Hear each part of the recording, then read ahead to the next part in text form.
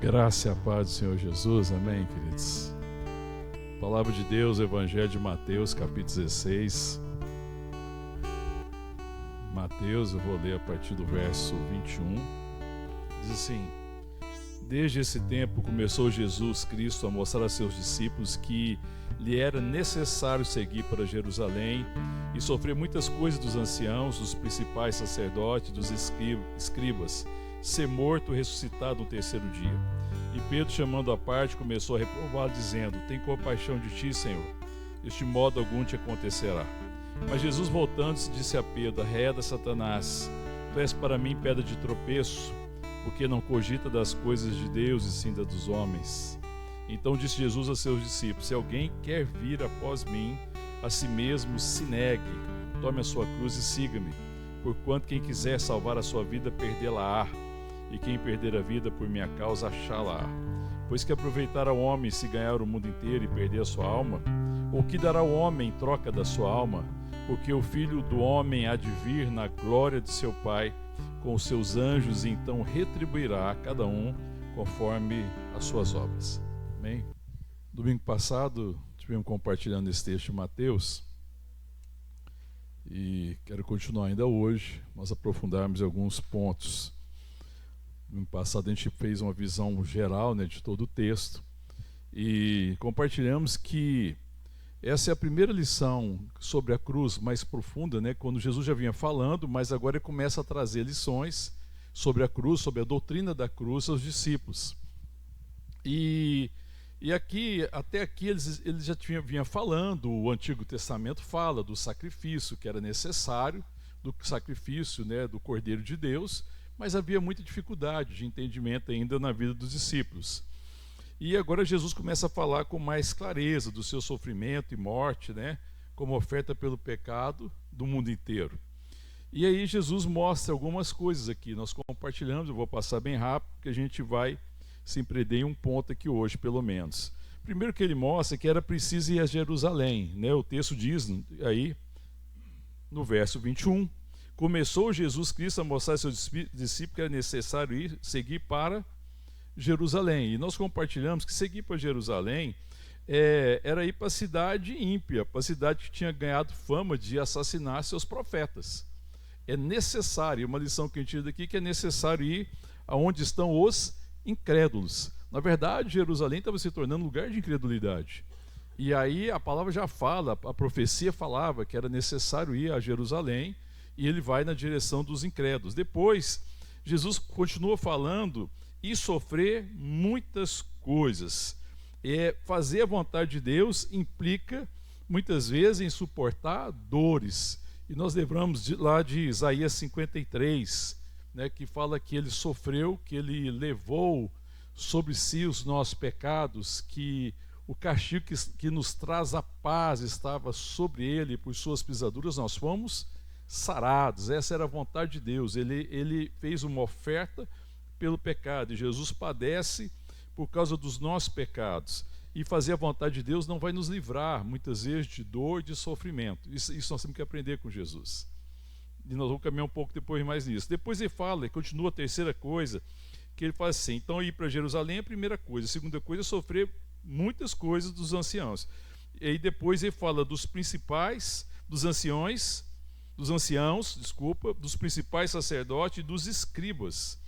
E é interessante porque os anciãos, principais sacerdotes e escribas, devia ser eles que deveriam orientar e testemunhar ao povo de Deus a respeito do ungido, do Messias, do Salvador, que Cristo é o Filho de Deus. Mas são exatamente eles que rejeitam Jesus por causa da religiosidade, por causa das tradições. Você vê que eles se perdem e eles são aqueles que estimulam a morte e que grita: crucificam. E isso é uma lição para a igreja.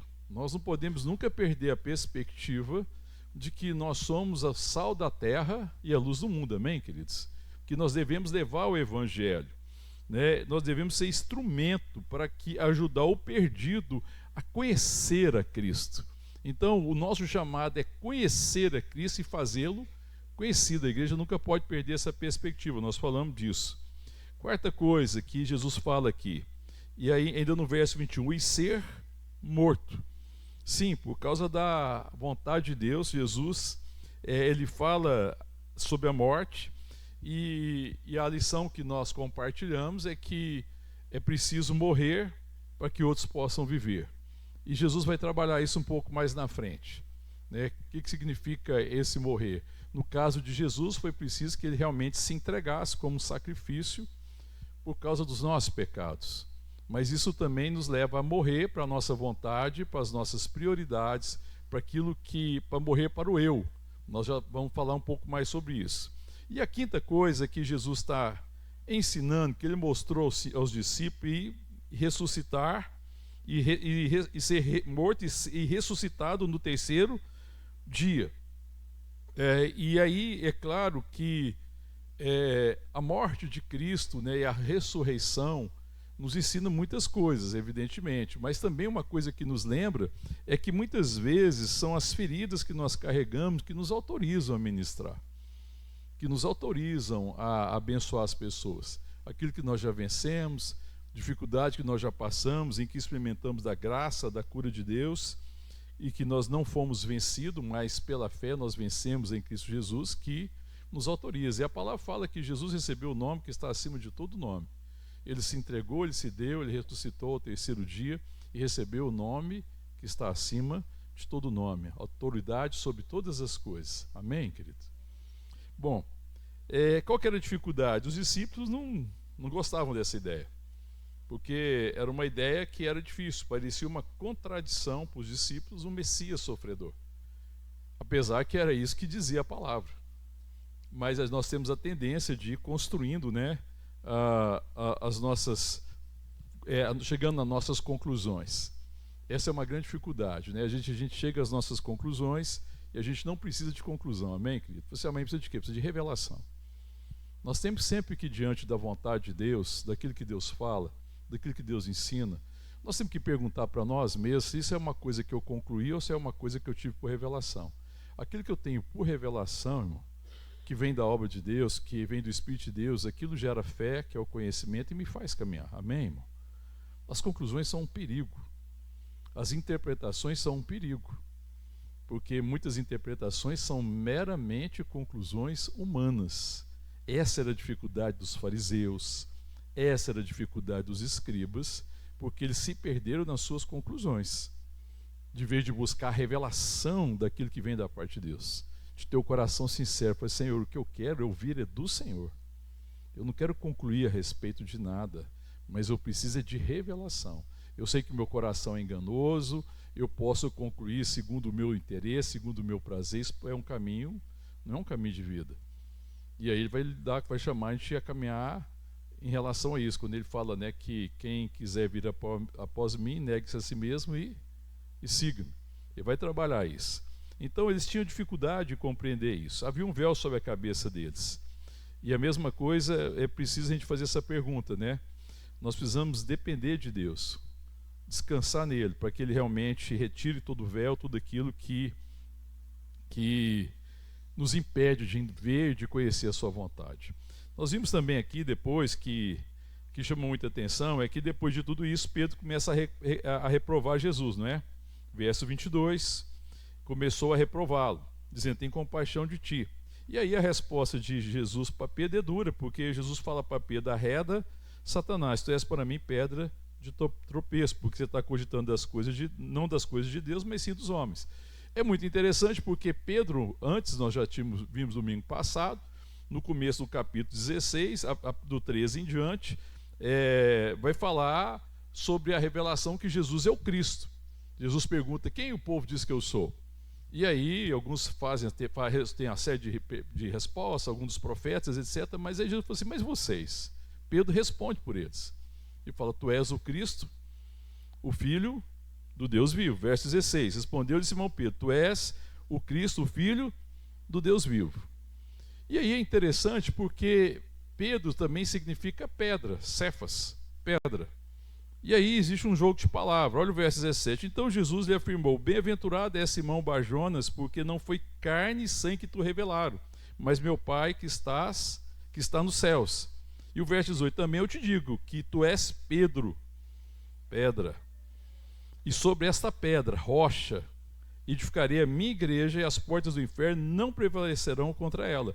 A igreja ia ser edificada na revelação que Pedro teve, amém, querido? Pedro, vou fazer uma pergunta aqui, para entender bem, irmão. Às vezes eu vou ser redundante.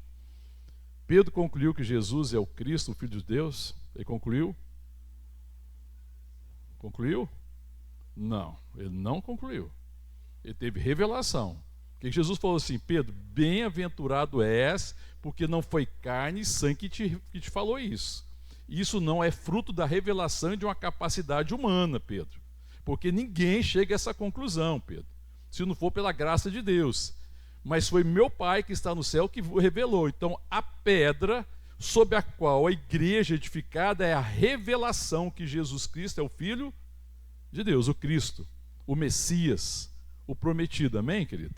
A igreja vai ser edificada sobre isso. Cristo é a rocha, ele é o fundamento. E a revelação é essa, ele é o Filho de Deus. Amém, irmão? Então Pedro não conclui.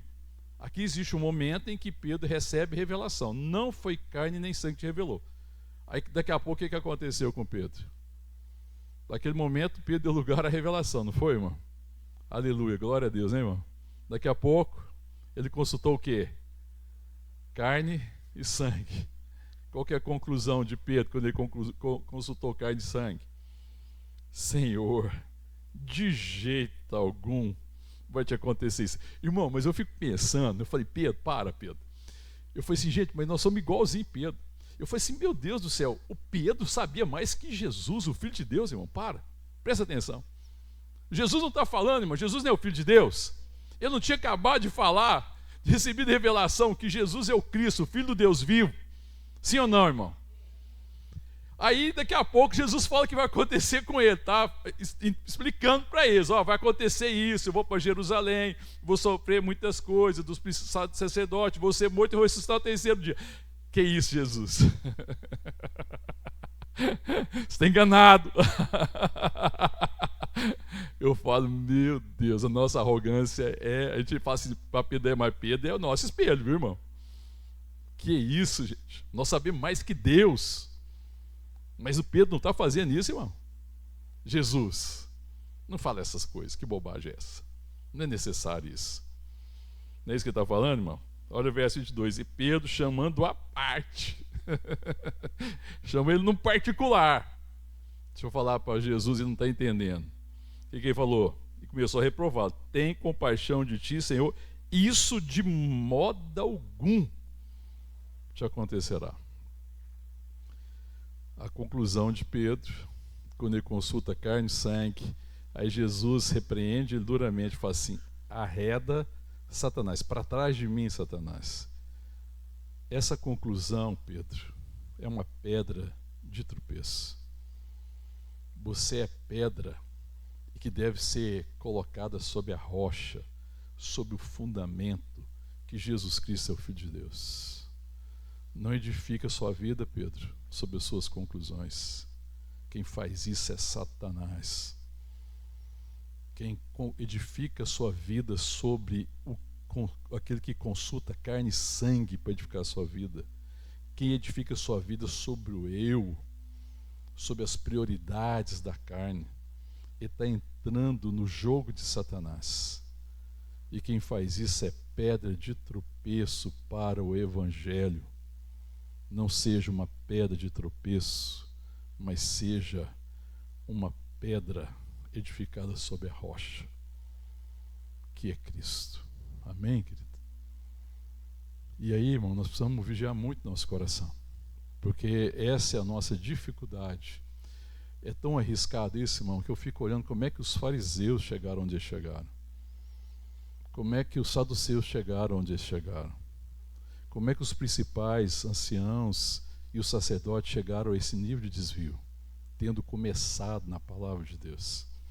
Mas é quando foram abandonando a revelação de Deus, a comunhão com Deus, a rendição a Deus e começando a viver por suas conclusões, por aquilo que se conclui. Por que existe tanta religião, tanta falsa religião?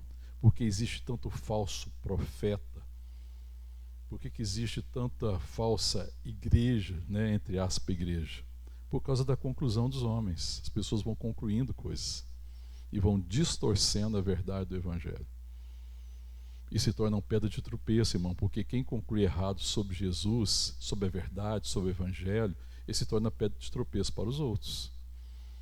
E aí Jesus tem que repreender duramente Pedro.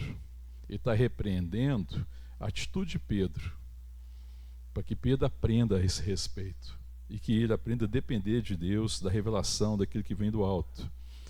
No verso 23 ele fala assim: mas Jesus, voltando, disse a Pedro: reda Satanás, tu és para mim pedra de tropeço, porque não cogita das coisas de Deus, e sim dos homens.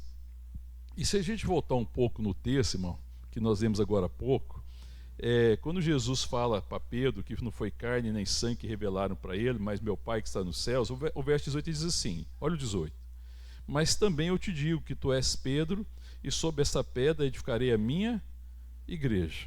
Então vamos pensar alguma coisa aqui. Quando ele fala tu és Pedro, tu és pedra, pedra no sentido de parte de um edifício, mas não como fundamento, porque o fundamento é Cristo. Então nós somos edificado casa espiritual, nós somos pedras vivas em que Deus está edificando a sua igreja, o seu povo. Então, quando Deus fala isso, Jesus fala isso, ele fala assim: eu edificarei a minha igreja. Quem edifica a igreja, irmão? Cristo. É Ele que edifica a igreja. Pastor não edifica a igreja. Líder não edifica a igreja. Uma denominação não edifica a igreja do Senhor Jesus. Essas são apenas manifestações. Um pastor tem um lugar no corpo, o líder tem lugar no corpo, mas quem edifica é Cristo. E como é que Cristo edifica a igreja? Porque a palavra diz que ele vai edificar a igreja, não vai, irmão? Então aqui, de certa forma, ele está respondendo e detalhando aquilo que ele falou. É como é que começa a explicar e vai detalhar. Então vamos lá, como é que Cristo edifica a igreja? Então vamos ver no verso 24. Olha o que diz: então disse Jesus aos seus discípulos: se alguém quer vir após mim, a si mesmo se negue, tome a sua cruz e siga-me. Como é que Jesus edifica a igreja, irmão?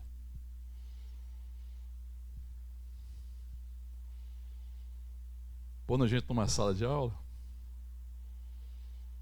dando uma série de livros para a gente ler, apesar da importância que isso pode ter, da utilidade que isso tem, não é assim que uma igreja é edificada. Isso é um instrumento, uma ferramenta. Mas como é que a igreja é edificada? Então disse Jesus aos seus discípulos: se alguém quer vir após mim, a si mesmo se negue, tome a sua cruz e siga-me. Por quê? Porquanto quem quiser salvar a sua vida, perdê-la-á. E quem perder a vida por minha causa, achá-la-á. Então Jesus está falando que ele vai edificar a igreja. Ele edifica a igreja através do discipulado. Essa é a lei do discipulado. Para ser discípulo, você precisa negar a si mesmo, tomar a cruz e seguir Jesus. É assim que Jesus edifica a igreja. Não existe outro caminho. Eu edificarei a minha igreja. E aí Pedro coloca: não, Senhor, não vai te acontecer essas coisas. Ele fala o que vai acontecer. Aí ele repreende Pedro: Pedro, você está cogitando das coisas da carne. Você está concluindo coisas da sua cabeça. Você está consultando carne e sangue. Porque não é conveniente, né, Pedro, às vezes. Eu sei, Pedro, que tem às vezes que a nossa vontade é oposta à vontade de Deus. Mas isso é um caminho de morte, porque a carne e o espírito militam um contra o outro, porque são opostos. Porque a carne e o sangue não estão sujeitos à vontade de Deus. Amém, querido? Romanos, capítulo 8, fala isso muito claramente. Mas nós devemos nos inclinar ao Espírito, porque a inclinação do Espírito é vida e paz. Mas a inclinação da carne é morte, é destruição. E nós não estamos mais na carne, se de fato habita em nós o Espírito Santo. Nós estamos em Cristo. E se nós estamos em Cristo, nós temos a vida de Deus. E a vida de Deus em mim, a habitação do Espírito, traz a minha revelação da vontade de Deus. Mas a revelação da vontade de Deus não é para me escolher se eu quero fazer ou não. A revelação da vontade de Deus é para que eu me renda a ela. Então Deus revela a sua vontade para que eu me renda, porque esse é o caminho de vida. Eu não andaria em caminho de vida se Deus não revelasse para mim. E ele não diz no Evangelho de João também, no capítulo 6, ele não diz: eu sou o caminho e a verdade e a vida. Ninguém vem ao Pai a não ser por mim. Ele é o caminho que nos leva de volta ao Pai, a relação com Deus, que restaura a orfandade, nos tira da orfandade, restaura a relação, a comunhão. É por ele que eu tenho acesso ao Pai. Por ele eu conheço o Pai, por ele eu conheço a vontade do Pai. Pela habitação do Espírito Santo eu sou capacitado a fazer a vontade de Deus. E esse é um caminho de vida. Então quem edifica a igreja? Cristo. E como é que ele edifica? Através do discipulado. E o que é ser discípulo de Jesus? O que é necessário para ser discípulo de Jesus, irmão? Segui-lo, negar a mim mesmo, tomar a minha cruz e seguir Jesus. Não é isso que diz? Verso 24. Se alguém quer vir após mim, a si mesmo se negue, tome a sua cruz e siga-me. Amém, querido? Qual que é a dificuldade nossa? Quando a palavra é feita dessa forma. Para a gente entender um pouco melhor. Deixa marcado Mateus, vamos ver como é que Marcos fala, o que está escrito em Marcos a respeito desse mesmo texto aqui. Como é que é a narrativa de Marcos? Capítulo 8 de Marcos, verso 34. Achou aí? Marcos 8, verso 34. Olha o que diz. Ele traz uma observação que Mateus não faz. E essa observação para mim é muito importante, porque existe muito engano a respeito do discipulado. E um deles é achar que seguir Jesus é para o líder, seguir Jesus é papel do pastor, é papel da liderança, de algumas pessoas que eu posso viver mais de boa. Tem gente que acha que Jesus falou isso para os 12 somente, que estava falando isso para os apóstolos. Mas olha o que diz o Evangelho de Marcos, capítulo 8, verso 34. Então, convocando a multidão, e juntamente aos seus discípulos disse: se alguém quer vir após mim, a si mesmo se negue, tome a sua cruz e siga-me. Então, o discipulado, o mandamento de tomar a cruz e de seguir Jesus é para quem, irmãos? Era só para os discípulos? Era só para a liderança? Para quem que é? Para toda a igreja, amém, querido? Então, se você tinha uma conclusão errada, hoje o Espírito de Deus está te curando, em nome de Jesus, amém? Porque se você acha que isso não é para todo mundo, que isso é alto demais, que isso é elevado demais, que isso é para alguns santos, que isso é para alguns homens, para algumas mulheres, essa é uma conclusão mundana, é uma conclusão que fica me protegendo de seguir Jesus. Então eu falo: não, mas eu não sou pastor, eu não sou líder, eu sou apenas um membro da igreja, isso aí eu acho que não é para mim. Para quem foi chamado ao ministério, ele tem que fazer isso. Eu não preciso seguir dessa forma. Mas esse texto aqui acaba com isso. Graças a Deus, porque o que está escrito, depois nós vamos ter outros textos também que iam acabar com esse argumento. Então você veja que essa é uma conclusão equivocada da igreja. O chamado ao discipulado é para alguns, irmãos. Para quem que é o chamado ao discipulado? Para quem? Então fala assim: para mim. Então tá, você está seguindo. Por que não? Não é a vontade de Deus? Se alguém quer vir após mim, negue a si mesmo, tome a sua cruz e siga-me. Vamos ver o que diz também no Evangelho de Lucas, um pouquinho à frente. Eu quero falar mais uma coisa ainda. Volta em Marcos, tem um ponto importante de Marcos. Quando no capítulo, no verso 34, ele fala, né, o que a gente concluiu, o que já foi dito também lá em Mateus, acrescenta convocando a multidão. Então a conversa não era só com o discípulo, Jesus chama a multidão, as pessoas que estavam ali, e fala a todos. Então a lei do discipulado, a vontade de Deus em relação ao discipulado é para todos. O verso 35 diz assim: quem quiser, pois, salvar a sua vida, perdê-la-á. O que é salvar a vida, irmão? Nós compartilhamos no domingo passado. Colocar as suas coisas como prioridade. Ter como prioridade a minha vontade. Salvar a vida é falar assim: não, Cristo existe para satisfazer a minha vontade. E aí, tentar salvar a sua vontade faz você perder a vida, porque o ego, o eu, é essa relação equivocada com a nossa vontade. Nossa vontade é caída, muitas vezes totalmente equivocada. Então Deus precisa transformar e trabalhar na minha vontade. Então, negar a si mesmo é deixar a minha vontade de lado para conhecer a vontade de Deus e vivê-la. Pode ser que a minha vontade às vezes está alinhada com a vontade de Deus e muitas vezes não está. Aí eu nego então a minha vontade para fazer a vontade de Deus, amém? Que é boa, perfeita e agradável. Muitas vezes não é agradável à carne. Muitas vezes é exatamente o contrário do que a carne deseja. Amém? Aí o que ele fala assim? E aí a segunda parte: quem perder a vida, quem deixar os seus interesses, as suas vontades para tomar sobre si a minha vontade, quem perder a vida por causa de mim e do evangelho, salvá-la-á. Eu gosto desse texto de Marcos porque ele acrescenta o evangelho. No texto de Mateus ele não acrescenta o evangelho. Então Marcos acrescenta duas coisas. O discipulado, o chamado discipulado é para todos, amém, querido? Não é só para os discípulos, não é só para a liderança, é para todos, é para toda a igreja, amém? Segunda coisa, ele fala: quem perder a vida por causa de mim e do evangelho.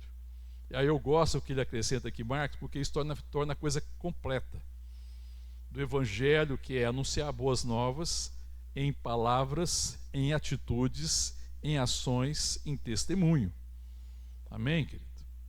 Agora vamos ver Lucas. Avança um pouquinho mais aí, Lucas, capítulo 9, o verso 23. Aí Lucas vai trazer uma outra nuance que não está nem em Mateus e nem em Marcos. E aí é importante que o evangelho vai se complementando, né?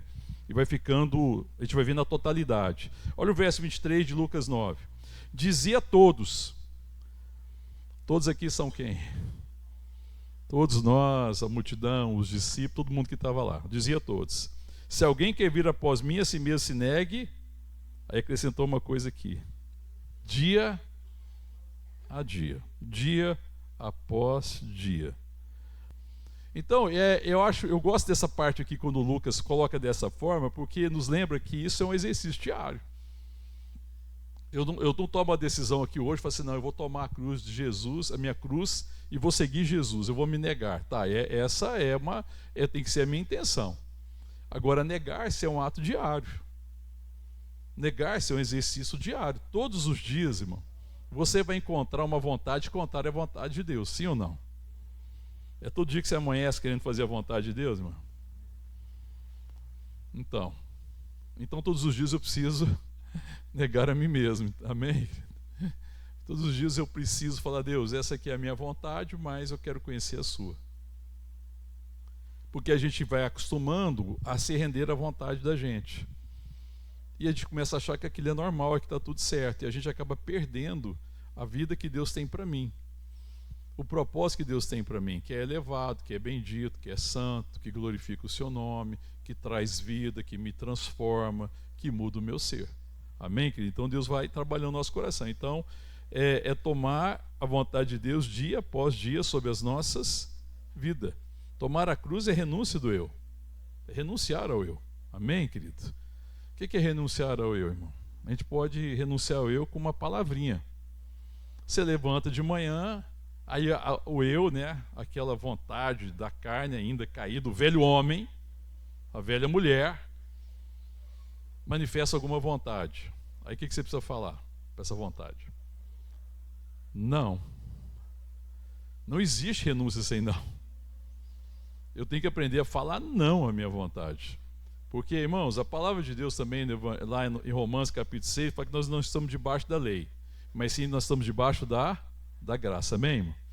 Então antes eu estava debaixo do pecado, e a lei me condenava, porque o pecado falava assim: vem, Mário Júnior.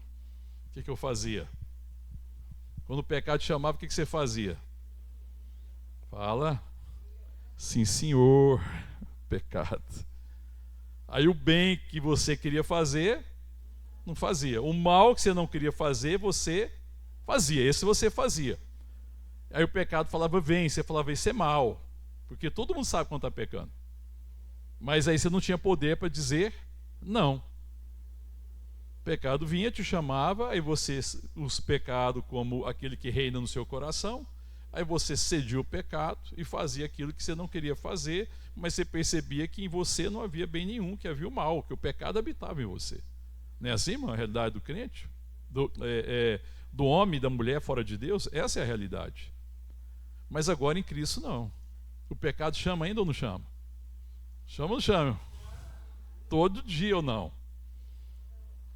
Todo dia. Às vezes toda hora. Conforme o caso. Mas aí eu posso dizer não. Então negar-se a si mesmo, é óbvio que negar-se a si mesmo, a primeira coisa é dizer não ao pecado, porque existe graça. Mas não é só o pecado. Porque a gente às vezes não quer, a gente de fato quer dizer não para aquilo que é claramente pecado para nós, mas eu não quero dizer não para a vontade minha que é contrária à vontade de Deus. Então a palavra de Deus diz o seguinte, você vai encontrar a palavra de Deus dizendo o seguinte: tudo aquilo que não provém da fé é pecado. Então pecado, irmão, na perspectiva cristã, não é certo nem errado. Não é o que é certo nem errado, porque a gente não vive debaixo de lei, porque lei é que vai dizer o que é certo e o que é errado, sim ou não? Diante da caminhada cristã, da ação do Espírito Santo, da habitação do Espírito em mim, a minha perspectiva não é certo ou errado. A minha perspectiva é sempre: Pai, qual que é a sua vontade? Amém, queridos? Pai, qual que é a sua vontade? A perspectiva cristã é essa. O discipulado, e Jesus me discipula pelo Espírito Santo, quando diante de todas as coisas eu pergunto: Pai, qual que é a sua vontade? Irmão, porque tem coisa que eu faço e que não é errada em si, não é má em si, mas eu posso às vezes, por causa disso que eu estou fazendo, deixar de fazer a vontade de Deus. A vontade de Deus é que a gente testemunhe do Evangelho, compartilhe o Evangelho, que a gente seja uma manifestação clara de quem que é um filho de Deus, uma filha de Deus, na minha casa, na minha família, na sociedade, onde quer que eu esteja, sim ou não, irmão? Mas muitas vezes nós não somos isso, não é verdade, irmão?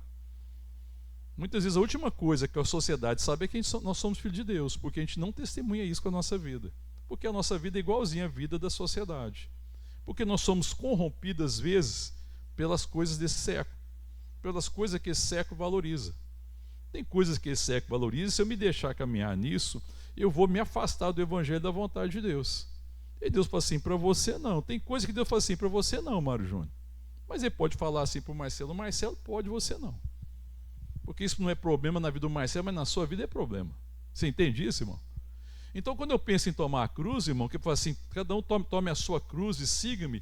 Uma coisa que eu tenho que aprender é que a cruz que eu tenho que tomar não é necessariamente a mesma cruz que o meu irmão toma. Porque tomar a cruz é negar a mim mesmo e me render à vontade de Deus.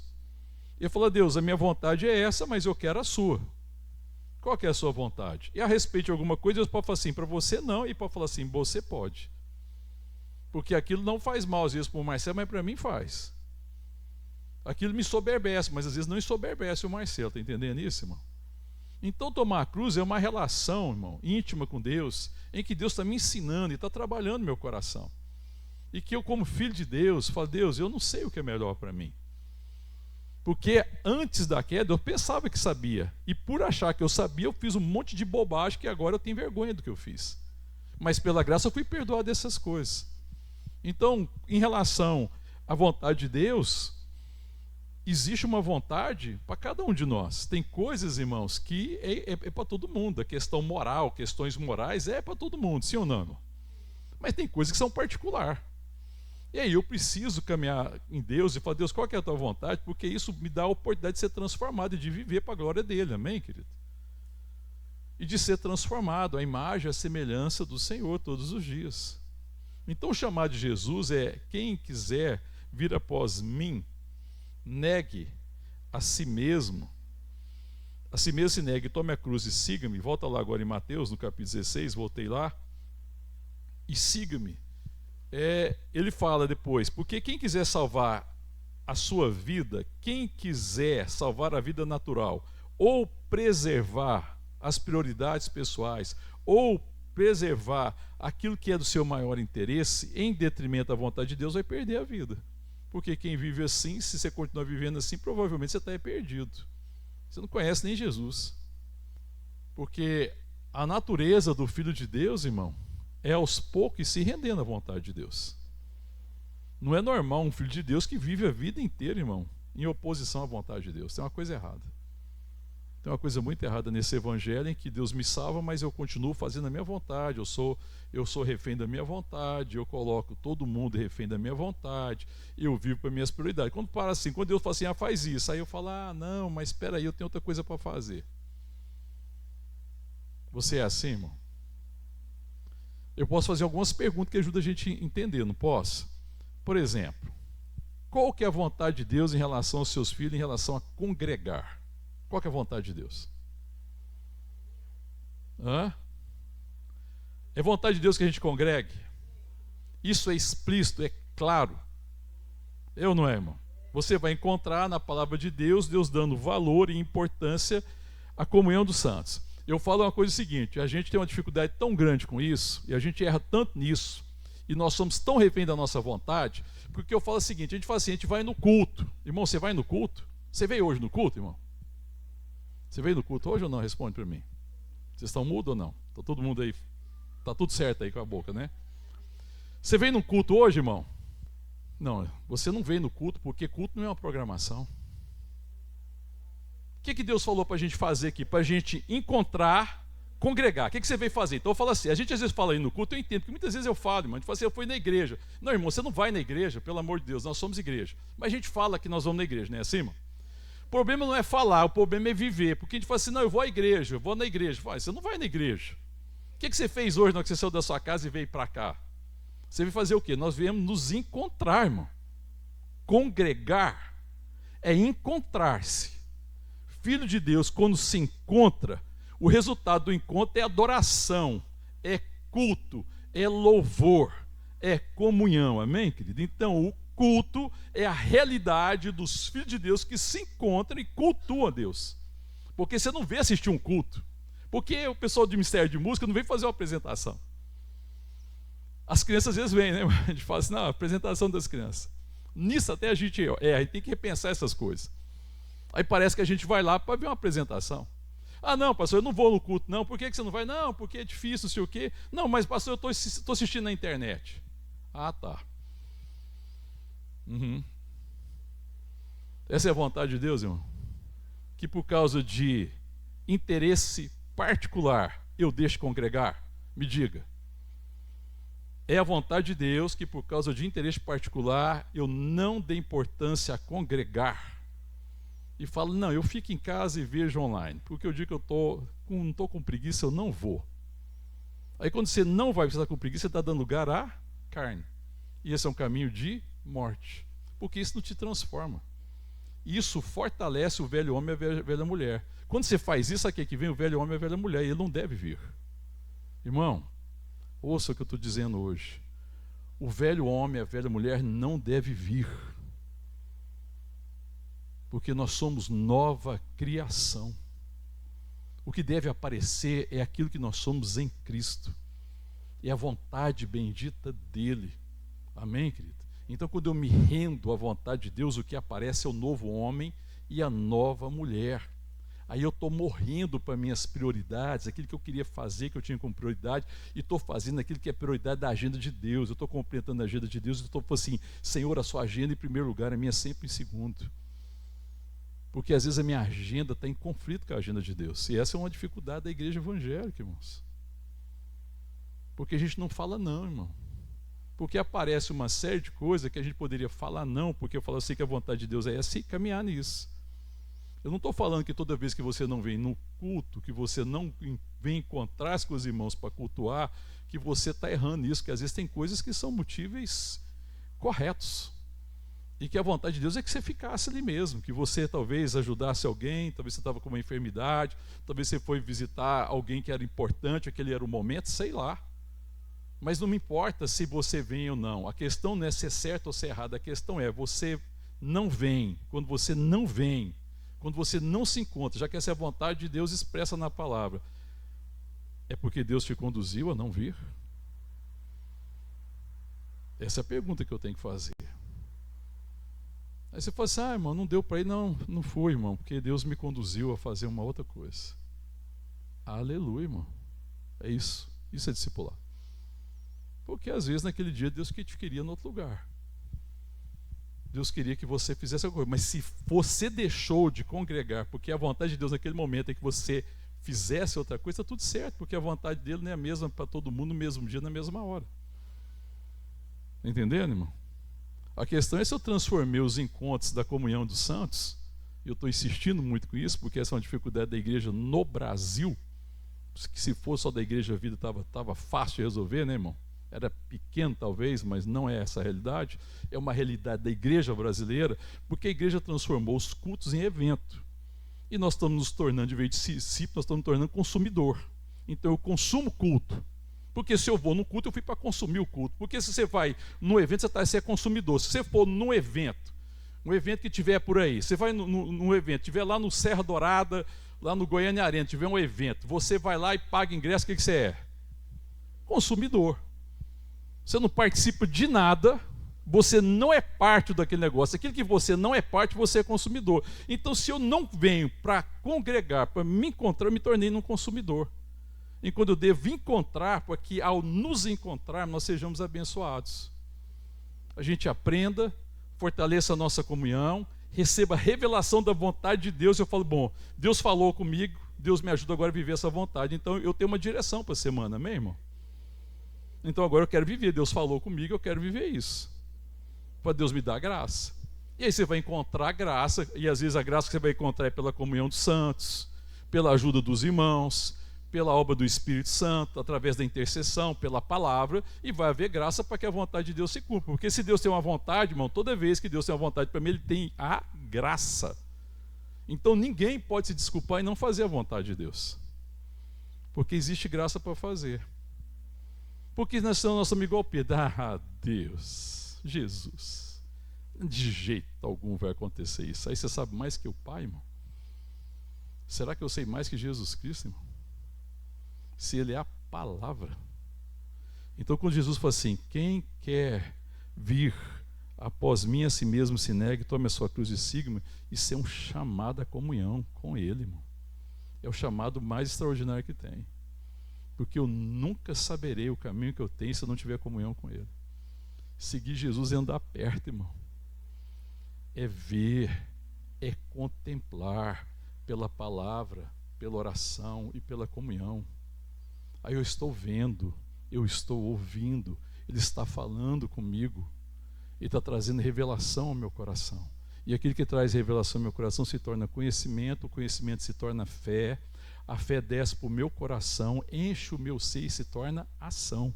É por isso que eu tenho que meditar na palavra, irmão. Porque quando eu medito, eu estou afastando o velho homem, a velha mulher, e falo assim, não há lugar para você, você é pedra de tropeço.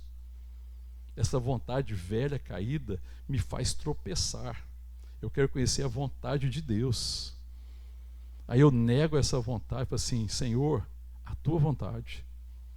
Porque, irmãos, é inevitável que muitas vezes o sentimento nosso seja o contrário. Jesus não teve um momento que o sentimento dele estava contrário ao do Pai?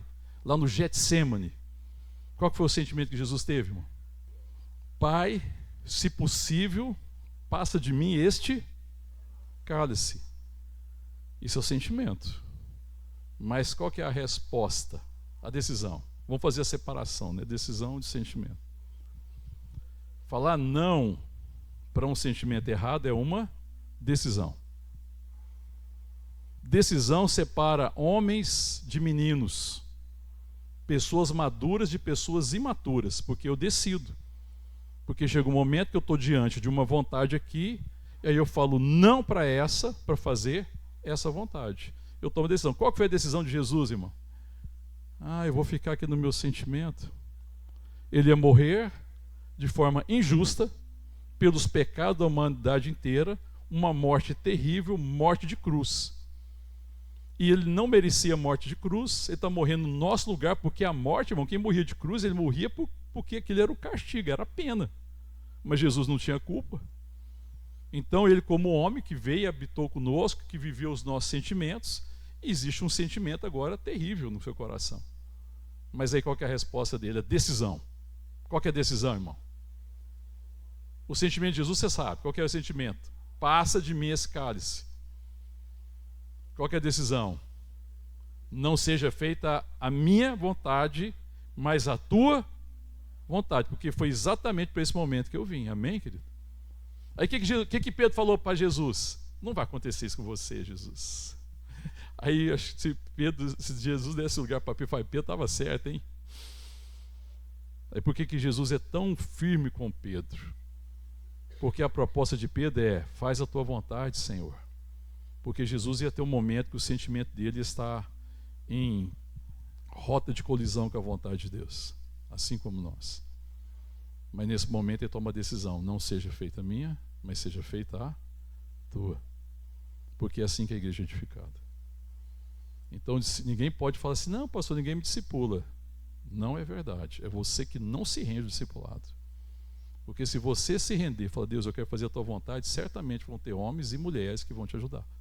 E a igreja teve muita dificuldade em tentar discipular as pessoas, porque as pessoas não querem, irmão. Não querem. As pessoas não querem. A maioria das pessoas não quer. Você vai falar, quer conversar com as pessoas não querem conversar. Porque elas preferem estar entregue à sua vontade. E elas estão perdendo a vida. Quem quiser salvar a sua vida, perdê-la-á. Mas quem perder a vida por amor de mim e do Evangelho, salvá-la-á. Aí eu posso viver preso ao velho homem. Ou então eu posso me render ao novo homem e à nova mulher. Amém, querido? E aí existem algumas coisas que tem que ter. Primeiro é falar não. Segunda coisa é voluntário. Jesus não obrigou ninguém. Se alguém quiser. Agora deixa eu fazer uma pergunta para você, irmão. Eu não falei isso assim? O verso 24. Então Jesus disse a seu discípulo: se alguém quer vir após mim. A pergunta não é assim: se alguém quer vir. É ou não, irmão? Ele não perguntou se alguém quer vir?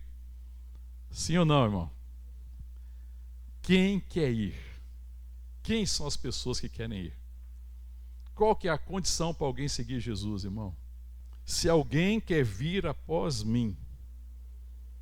Quem é que quer ir após Jesus? Quem quer seguir Jesus? Qual que é a condição? Nascer de novo. Ser nova criatura. Porque ninguém segue Jesus, sabe por quê? Porque você segue a sua vontade. Você estava perdido porque você seguia a sua vontade. Então, se alguém quer vir após mim, se alguém nasceu de novo, a escolha de quem nasceu de novo é seguir Jesus, irmão. Porque se você foi salvo por Ele, você vai segui-lo. No Evangelho de Lucas tem um texto que vocês devem lembrar bem.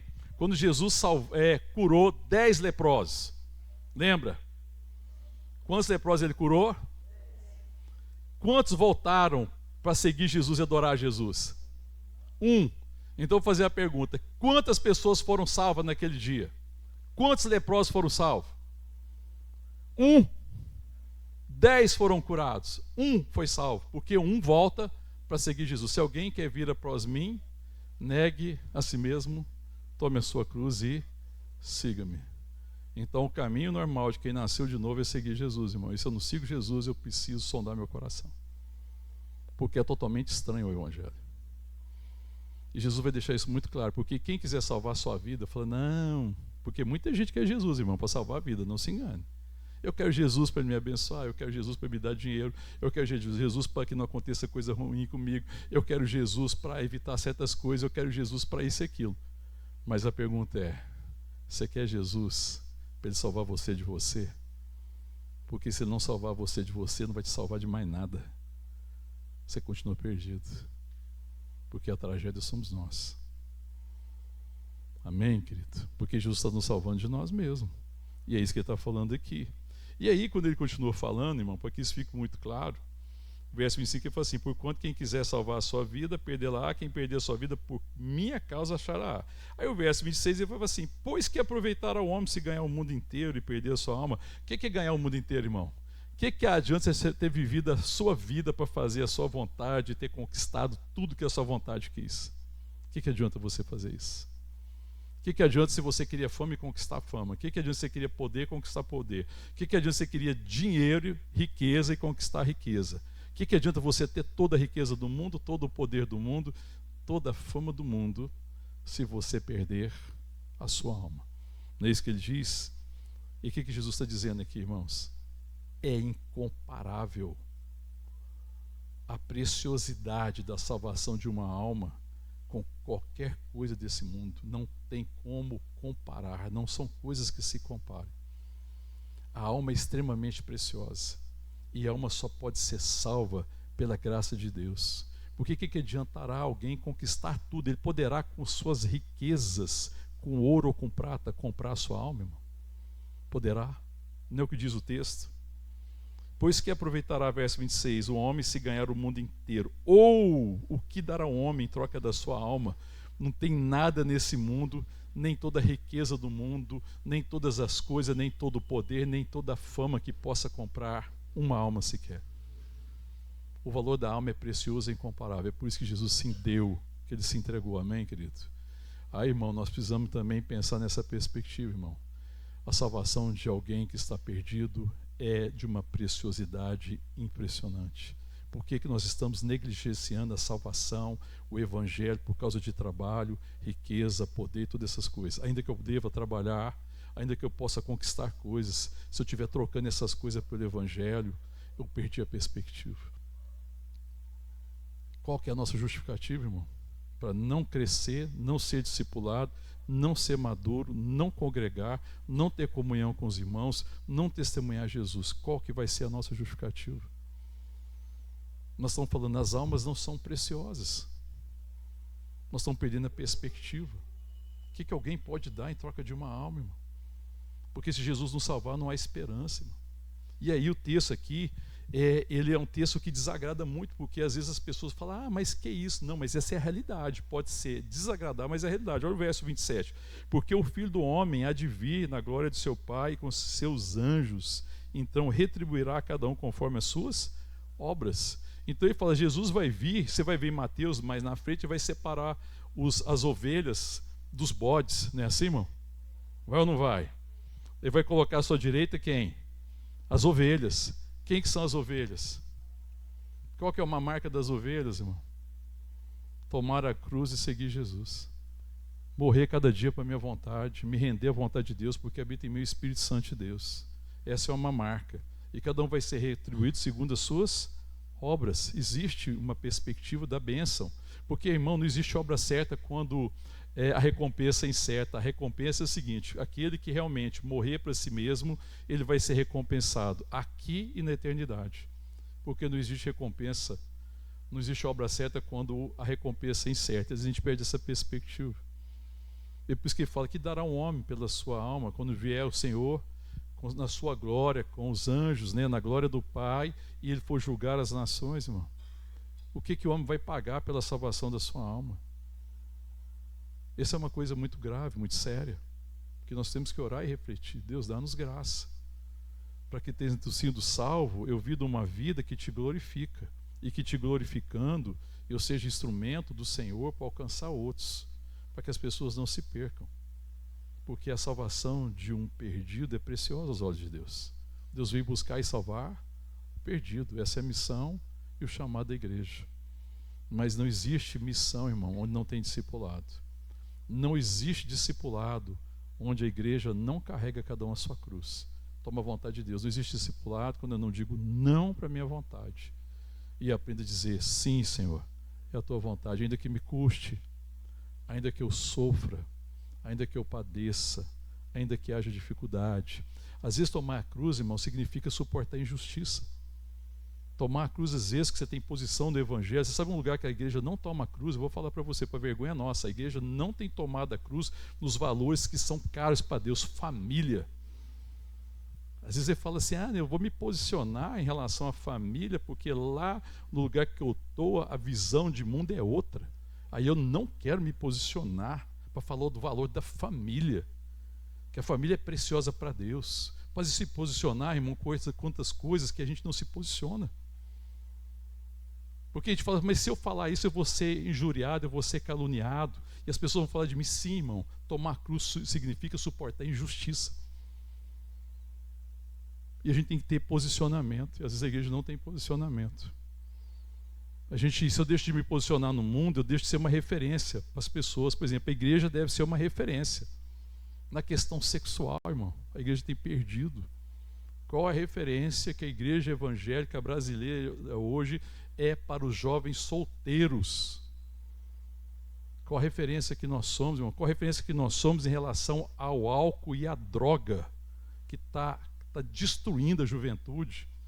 Qual que é o posicionamento que nós temos? Qual que é o posicionamento que nós temos claro a respeito do aborto, irmão? De tudo aquilo que vai contra a família. Isso é tomar a cruz, irmão, porque tomar a cruz implica, às vezes, ter posicionamento, sim, irmão. Porque é um direito e um dever dos crentes se posicionar claramente e ter atitudes corretas em relação a isso, não julgando as pessoas que estão erradas, mas oferecendo para elas esperança. Existe um caminho, o caminho não é esse, o caminho é outro. O caminho é Cristo.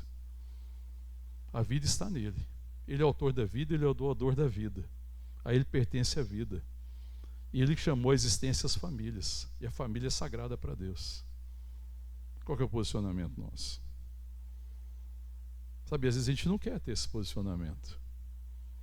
Porque a gente às vezes não quer ser falado ou caluniado. Jesus foi falado e caluniado.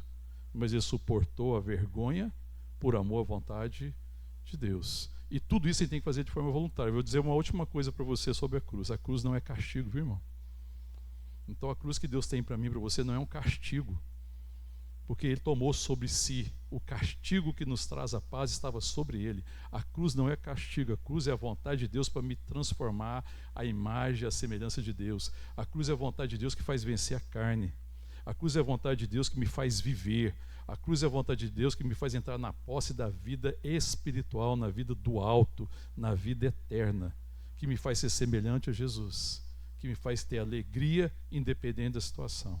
Então uma cruz é a bênção que Deus tem para nós, que tem às vezes preço, que tem custo, que tem sofrimento e que às vezes é de forma injusta, mas é o que traz a glória de Deus, o que me transforma, o que me faz viver. Amém, querido? Porque a gente tem que ter motivo para viver. A cruz, irmão, me faz levantar todos os dias. A cruz me faz viver. Porque por causa da cruz, irmão, todos os dias eu tenho que contemplar o meu Senhor.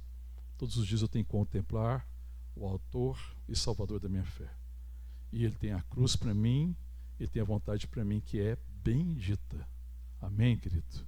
Em nome de Jesus, que o Senhor nos dê graça, que o Senhor edifique a igreja, que somos nós, que a gente conheça a sua vontade e que a gente tome a cruz, que a gente siga Jesus, que nós neguemos a nós mesmos por causa de uma vontade melhor, superior, bendita e eterna. Para a glória de Deus e para a alegria nossa. Em nome de Jesus. Vamos orar?